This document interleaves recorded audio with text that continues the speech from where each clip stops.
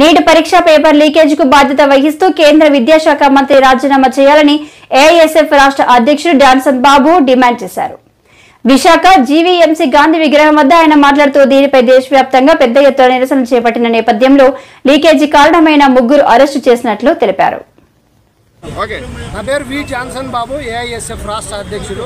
2024 సంవత్సరానికి సంబంధించి నీట్ పరీక్షను ఎన్టీఏ సంస్థకు కేంద్ర ప్రభుత్వం అప్పజెప్పడం జరిగింది.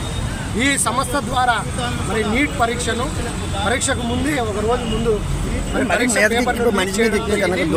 ఇది మరి ఎట్లా పూర్తి స్థాయిలో కేంద్రంలో మరి ఎప్పుడు లేని విధంగా ర్యాంకులు రావడం జరిగింది.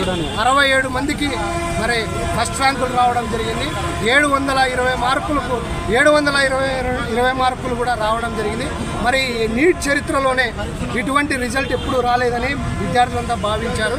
మరి దీనికి అనుగుణంగానే పెద్ద ఎత్తున నిరసన కార్యక్రమాలు చేపడితే మరి నిన్నటి రోజున ఏదైతే మరి నీట్ పరీక్ష లీక్ అయిన అనుమానాలతో 3 కస్టడీకి తీసుకోవడం జరిగింది. వాళ్ళు కూడా నిన్న ఒప్పుకోవడం జరిగింది.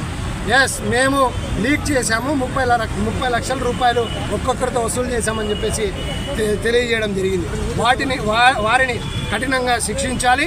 ఇటువంటి ప్రతిష్టాత్మకంగా జరిగే నీట్ పరీక్షలు కానీ నెట్ కావచ్చు, యూజీసీకి సంబంధించిన ఏ సంస్థలైనా ఎటువంటి పరీక్షలైనా సరే కట్టుదిట్టమైనటువంటి చర్యలు తీసుకొని లీకులు కాకోకుండా జాగ్రత్తగా నిర్వహించాల్సినటువంటి బాధ్యత కేంద్ర ప్రభుత్వానికి ఉంది. ఇటువంటి లీకులు జరగడానికి ప్రధానమైనటువంటి నిర్లక్ష్యం మరి కేంద్ర విద్యాశాఖకు ఉందని చెప్పేసి మేము భావిస్తున్నాం. నైతిక బాధ్యతతో కేంద్ర విద్యాశాఖ మంత్రి వెంటనే రాజీనామా చేయాలని చెప్పేసి డిమాండ్ చేస్తున్నాం. ఎన్టీఏ సంస్థ ఏదైతే ఉందో ఆ సంస్థను వెంటనే సీజ్ చేయాలని కూడా ప్రధానంగా డిమాండ్ చేస్తూ ఉన్నాం. ఎందుకంటే లక్షలాది మంది విద్యార్థులు 22 లక్షల మంది ఈ నీట్ పరీక్షలో పాల్గొనడం జరిగింది. ఎంతోమంది విద్యార్థులు ఆశలు మరి మేము డాక్టర్లు కావాలి అని చెప్పేసి మరి ఇంటర్మీడియట్ పూర్తి స్థాయిలో 2 ఏళ్ల పాటు బాగా చదువుకొని మరి పేద విద్యార్థులు ఉన్నారు. దాంట్లో ఎస్సీ, ఎస్టీ, బీసీ, మైనార్టీ విద్యార్థులు దేశవ్యాప్తంగా కూడా ఉన్నారు. వీళ్ళు డాక్టర్ చేయాలని